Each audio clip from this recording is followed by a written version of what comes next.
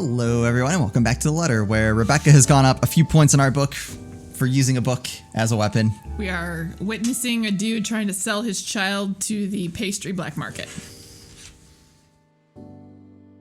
Is there a pastry black market? There is now. Okay. Good to know. Except this time he's ready, and before I can land another one, his hand shoots up to catch my wrist in a firm hold. And the look on his face, which to be fair, she did just hit him in the back of the head with a book for what he is probably assuming is no reason. Bloody hell, woman, what's your problem? To say he's pissed would be a complete understatement. Had I been the weak-willed sort, I'd probably cower under his sharp gaze. But that simply isn't how I roll. If he thinks he can scare me and do as he pleases just because I'm a woman or whatever his reasons may be, he's got another thing coming for him. So instead, I return it to him with the same intensity, with the same venom. What's my problem? You're the one who has a problem here. Rotten bowbags like you don't deserve the freedom to run this town. What are you doing to this girl? And why is that any of your business, pray You're tell? talking about selling her. Oh, it's my business if I make it to be. Now, release me or I'll call the police. You hit him. You think that scares me, Daisy? I have a name, you sleazy douchebag. Oh, I'm sure. Sleazy douche. His grip on my hand only tightens when I attempt to shake it off. His tone may be dripping with anger and sarcasm, but the gleam in his eyes says it all. He's getting a kick out of this. Riling people up, getting on their nerves, invading their personal space. He knows exactly what and which buttons to push. The nerve of this person. Nerve of this arsehole. If he thinks I'm going to give into his goading, please, he might as well just kiss his sorry behind. Hit him where it hurts. I mean, obviously. You cannot not. You can't, yeah. This is probably not going to go well for us. But I mean, from the flip side, think about it. If you listen to somebody twice say something about almost like selling a kid, yeah, you may react this way, especially when you teach. I mean, and that's one of, well, it's not like one of her students, but it's one that like she interacts with. All right. Mister, you have until the count of 5 to let me go and step out of my personal space. Hey, shocker. what a surprise. He doesn't want to get hit in the gonads. A fair warning. Fairer than any I can offer for people of his kind, and I'm already being considerate. Hell, this arsehole doesn't even deserve a warning. If he doesn't listen, well, he's as much responsible for what will happen next as anyone. Or else what? Such vulgar words coming out of that pretty mouth. A gorgeous flower like you shouldn't even be saying. Don't say I didn't warn you, bowbag. Love that intensity. Oh my baby. God. FYI, I like feisty in a woman. It gives them this certain charm. Why don't you? Oof. 5. A second of silence. Then without any preamble, nuts and bolts achievement. My leg moves in one fluid motion and delivers a swift, powerful, well-placed kick to his nether regions. Needless to say, the effect is instantaneous. He yelps, abruptly drops his hold on me, and kneels over, howling from the pain. I can see tears forming at the corner of his eyes, too, though the mere sight of it prompts not an ounce of remorse from me. It would have been gentler if he isn't such a dirty little prick with an ego too big for his head. Too bad. Whether this obliterates any chance of him ever procreating remains to be known. That's why there he we says go. No more children. But part of me is already praying he doesn't ever breed after this. We have no need for more of him in this world. You mad woman! I warned you, you ass. Why this is harassment, I'm telling you! Harassment! Then why don't you tell that to the police once they get here, You despicable! Whatever you're assuming I am, I'll have you know it's all in your head. None of it's true. You best have that pretty brain of yours checked before that gets worse. What is wrong with you? Is this the face of someone who'd do anything suspicious? Yeah. Oh? You don't think a stranger luring an innocent child with promises of sweets before whisking them away from their parents doesn't warrant any suspicion? You have a very funny definition of suspicious, asshole. Maybe you're the one who should have that head of yours checked. The kid asked me to buy her sweets. You're the one who's suspicious here. I'll have you know, I have a wife. That much at least appears to have a sliver of truth to it. What does that have to do with anything? He even makes a show of brandishing his left hand to my face with much flourish. Okay. Yes, you're married, but that doesn't mean shit when it comes to child, endangerment. Sure enough, a wedding ring is there, though all that earned him is an unimpressed glare from me. Immediately, a small part of me starts to feel sorry for whatever poor woman married this sod. I don't understand why he has to bring her up either, as if the mention of her alone will magically present a solution to his problem. She must truly be a remarkable woman if she can handle a dirtbag like him. Even my wife of all people in this bloody city, has never, I'm telling you, accused me of such a scandalous thing! You crazy woman! Married or not, you're still a sleaze. Honestly, I feel... Miss Pink, why are you fighting with my Tio? What's Tio? I Is that don't know. father? Whatever words are left to be said here dies on my tongue. The same thing goes for the sleaze. Beside us, Kylie, gawking at us with the same curious stare she often brings with her. I know that look all too well. A precocious child through and through. She doesn't say anything further. Her gaze simply moves between us, eyeing us both carefully, clearly anticipating an answer. From my experience, when it gets like this with children her age, it's a sure sign they won't leave you until you've given them an answer they're satisfied with. Lying won't do either. It has dissolved into a shouting match, for heaven's sake. And did she just say Tio? I don't... Something falls straight to the pit of my stomach at that. But my tone is gentle when I finally address her, void of any apprehension and what might be the first hints of embarrassment.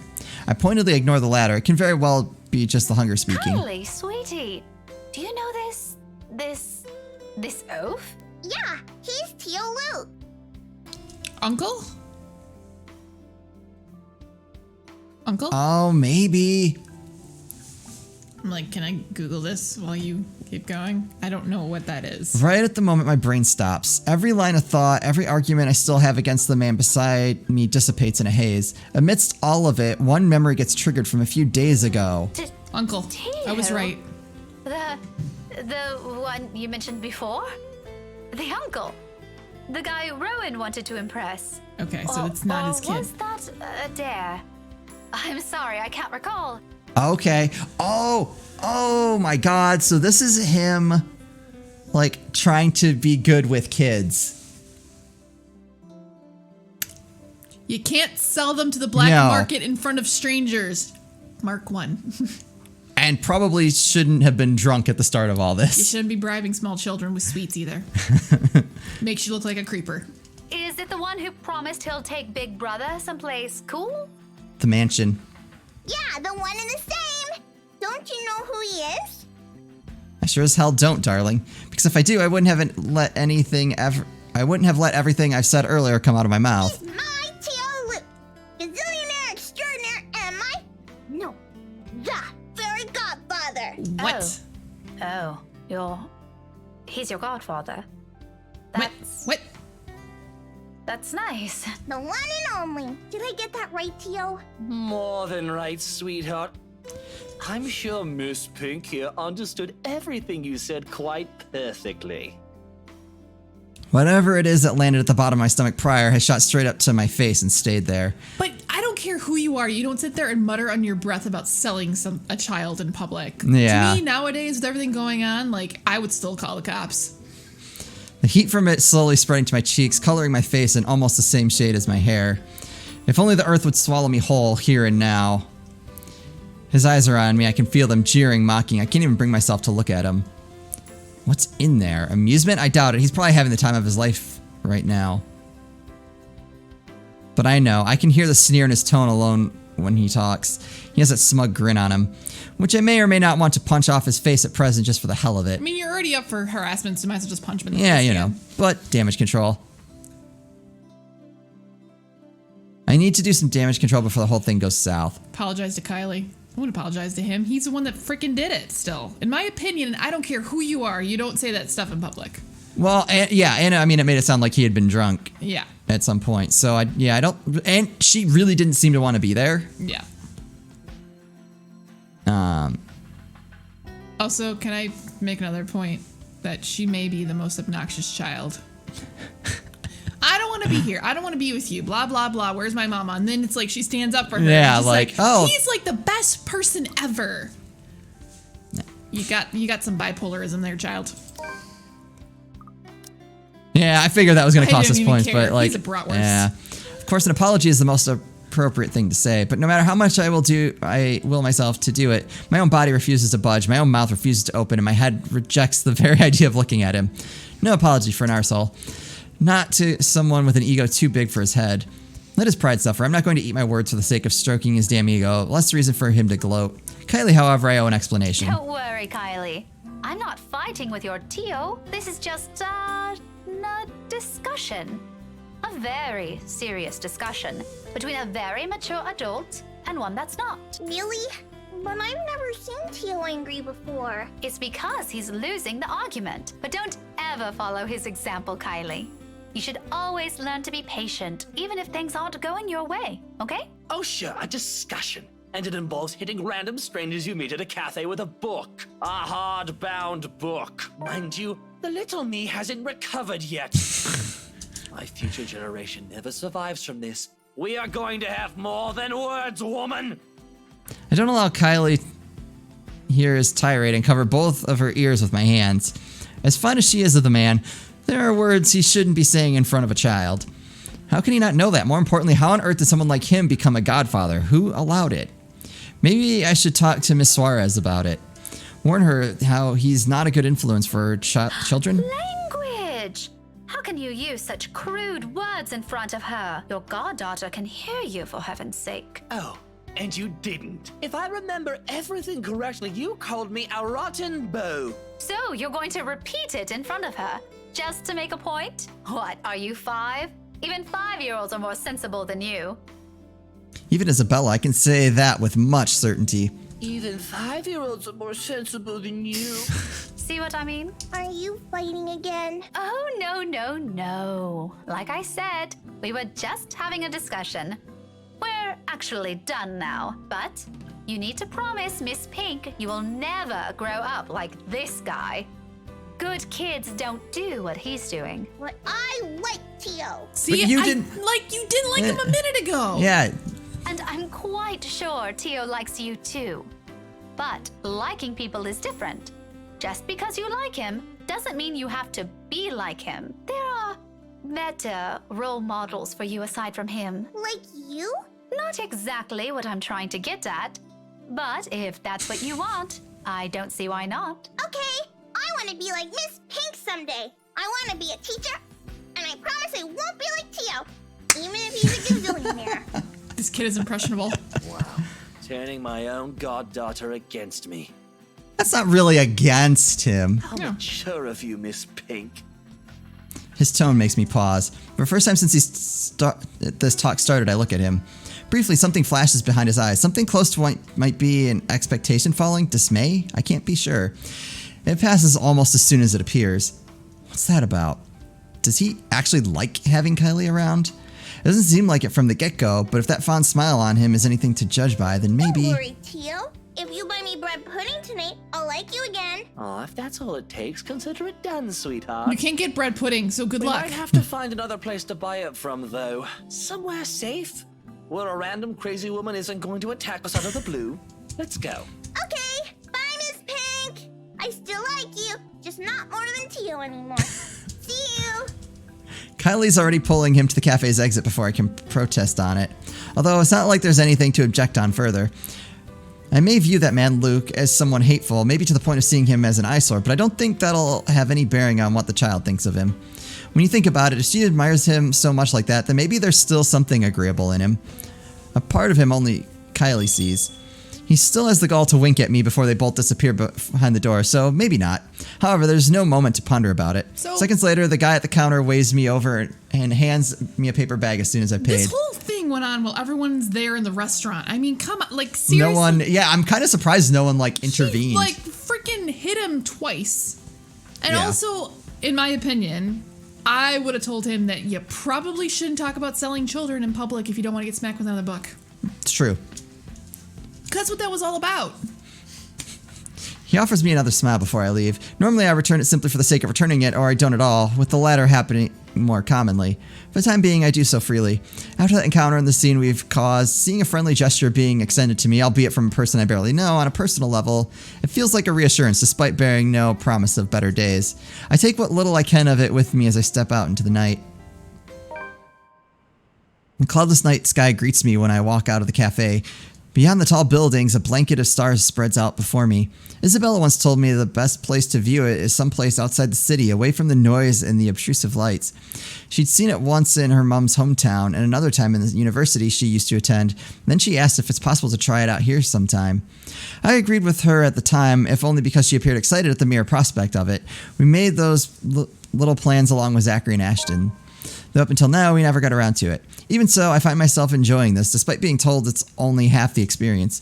Little things, you know, stuff you learn to appreciate when you're alone. Because at certain times, you get to meet people who are unfortunately born with the innate talent to ruin the mood and the scene with their mere existence alone. For example, the very driver of the car fast approaching my direction. Luckily, he doesn't notice me. But the fleeting moment we pass each other by gives me a brief glance of the people he's with.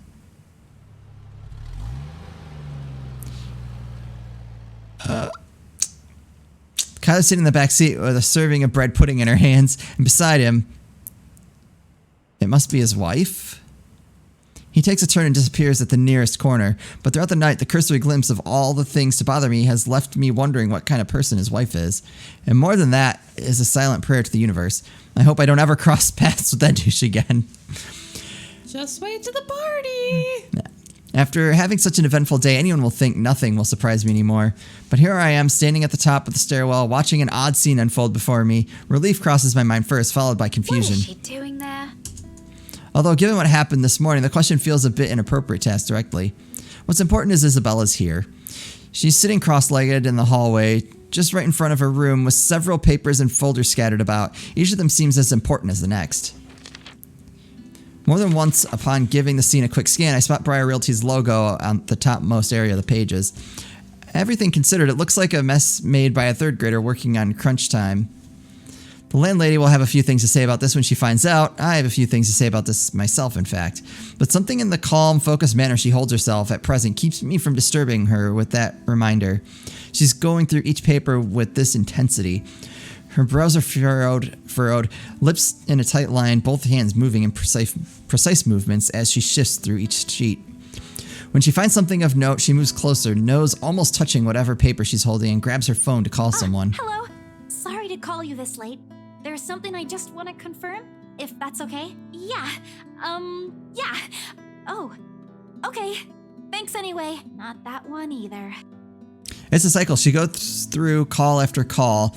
Then, after the last one ends, she shuffles through the pile again and dials another number. Is it work? I've never seen her this engrossed with her own work before.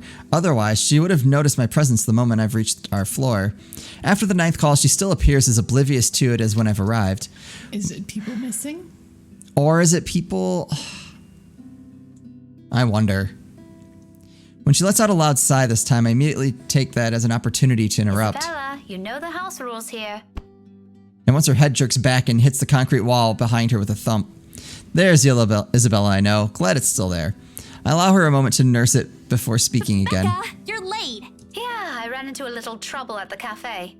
But I brought food for the two of us, if you haven't eaten anything yet. As anticipated, she grins once I raise the bag of food I'm holding. Yet it doesn't reach her eyes. There's nothing of the cheerful glint in it this time. Just a hollow tone for the sake of being polite. Ashton's right. Something's happened. Maybe later. I've got to finish this first. Just leave it here. I'll eat it once I'm done. Thanks, Becca. You can't eat this here. You know how the landlady would react. Why are you even working outside? Your room's right there. I know. Sorry. It just feels stuffy in my apartment. What did she see in her apartment? Yeah. I'll go back inside once everything's been aired out. I promise. That has never bothered you before. Well, it bothers me now. Oh, really? Just now? I find that hard to believe. Yeah? Shouldn't you be happy? I mean, you've been complaining even if it's not your room. Now I know how you're feeling when it's messy, so I'm going to clean. Isn't that a good thing? That sounds like a lie. In spite of what's supposed to be good news, an exhale comes from me, drawn out and It's slow. a good thing, Isabella. Believe me. But you're as bad as Zachary at lying. What's really going on? We'll just have to find out what she's going to tell us in the next episode. Dead bodies in the couch. Probably. It's been a running theme this game. I know. That's where all the missing people are. In the couch. In the couch. Anyway, that's going to do it for us. As always, thank you guys so much for watching, and we'll see you next time.